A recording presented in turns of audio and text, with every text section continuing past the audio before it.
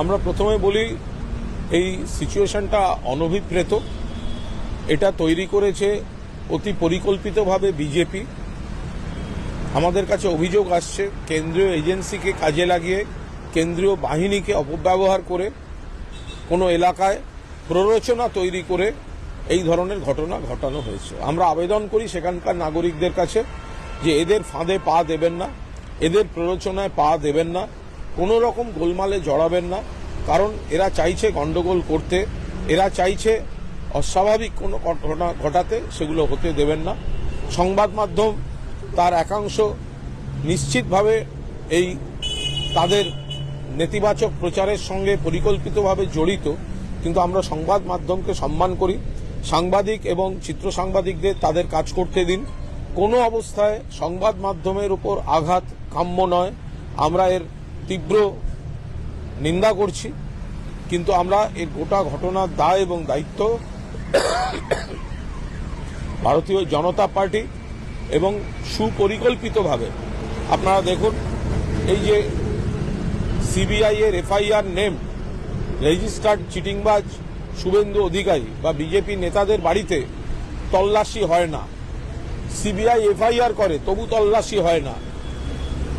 পরিকল্পিতভাবে বিজেপির নির্দেশে এজেন্সি সেন্ট্রাল ফোর্স নিয়ে শুধু ধারাবাহিকভাবে তৃণমূল কংগ্রেসের নেতাদের বাড়ি, কর্মীদের বাড়ি ঘুরছে, আর এমন একটা গল্প তৈরি করার চেষ্টা করছে যেন এই নেতিবাচক জিনিসটা শুধু তৃণমূল কংগ্রেসের। ফলে কিছু পাওয়া যায়। একই অপরাধে শুভেন্দু অধিকারীর বাড়িতে কিন্তু তারা যাননি, শুভেন্দুকে অ্যারেস্ট করেননি, এফআইআর নেম। তো সেইখানে এই যে বিভিন্ন এলাকায় গিয়ে প্ররোচনা তৈরি করা, প্ররোচনা দেয়া, আতঙ্ক তৈরি করা, উত্তেজনা সৃষ্টি করা, এই কাজগুলো তারা ধারাবাহিকভাবে করছেন। আমরা এই প্ররোচনার রাজনীতির তীব্র নিন্দা করছি। যত ভোট আসছে পাগলের মতো এই ধরনের বিভিন্ন জায়গায় ছুটে গিয়ে শুধু তৃণমূলের নেতা কর্মীদের উপর আক্রমণ করে তল্লাশির নামে নেতিবাচক খবর তৈরি করা, এগুলো পরিকল্পিতভাবে করে যাচ্ছে বিজেপি, কেন্দ্রীয় এজেন্সি এবং তার সঙ্গে সেন্ট্রাল ফোর্স। আপনারা যেটা অভিযোগ করছেন, এই একই অভিযোগ বিজেপি করছে আপনাদের বিরুদ্ধে, যে গোটা ঘটনাটাই তৃণমূলের ক্রিয়েট করা। আচ্ছা, এটা হাস্যকর। ওদের জিজ্ঞাসা করছেন না, যাচ্ছে তো ওদের লোক, তো তৃণমূল কি করবে? সেন্ট্রাল এজেন্সি, সেন্ট্রাল ফোর্স, এ তো বিজেপির লোক। তারা যদি ধারাবাহিকভাবে তৃণমূলের বাড়ি টার্গেট করে করে এই ধরনের কাজ করে, আর সিবিআই এর এফআইআর নেম শুভেন্দু অধিকারীর বাড়ি তল্লাশি না হয়, তো মানুষ ক্ষিপ্ত হয়ে যাবেন না? এই প্ররোচনাটা এবং যে চোখের অঙ্গভঙ্গি করে, যে বডি ল্যাঙ্গুয়েজে, যে খারাপ শব্দ ব্যবহার করে শুভেন্দু ধারাবাহিকভাবে প্ররোচনা দিচ্ছে, বিজেপির নেতারা এমন আচরণ করছে যেন এজেন্সি হচ্ছে তাদের বাড়ির সব শাখা সংগঠনের মতো। এবার তো ওর বাড়ি যাবে, এবার তো তার বাড়ি যাবে। তো বিজেপি নেতারা তৈরি করছেন সিচুয়েশনটা। মানুষের ধৈর্যের তো একটা সীমা আছে। তো বিজেপির চোরগুলোকে ধরবে না, বিজেপির নির্দেশে তৃণমূলের উপর হামলা করতে যাবে, সেই জায়গায় দাঁড়িয়ে প্রভোকেশনটা তারা দিয়েছে। বিরোধীদের কাজ এগুলো করা। এর থেকে অনেক খারাপ ঘটনা, বহু খারাপ ঘটনা অন্যান্য রাজ্যে ঘটে চলেছে।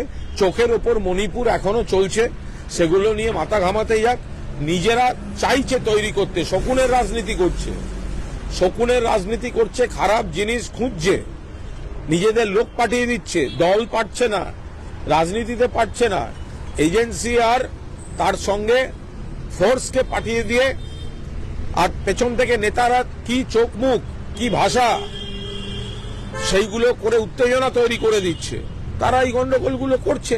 আর আমরা চাইছি যে এজেন্সি তদন্ত হলে নিরপেক্ষভাবে হোক। তাহলে সিবিআই এর এফআইআর নেম শুভেন্দু অধিকারীর বাড়িও তল্লাশি হোক। শুভেন্দু অধিকারীর বাড়ি কেন তল্লাশি হবে না? সিবিআই, ইডি, যেখানে শুভেন্দুর বিরুদ্ধে নারদায় এফআইআর রয়েছে, সারদায় অভিযোগ রয়েছে, ড্রাফট নেয়ার কথা হয়েছে তার নেতৃত্বাধীন সংস্থার বিরুদ্ধে, ক্যাশ নেয়ার অভিযোগ রয়েছে, শুভেন্দুর বাড়িতে অভিযোগ হবে না কেন? আর শুভেন্দুর চোখ গোল্লা করে কুৎসিত কথাবার্তা বলে প্রভোগ করবে, আর সেখানে গন্ডগোল হলে তৃণমূল দায়ী থাকবে? ওরাই তো প্রভোকেশনটা দিচ্ছে।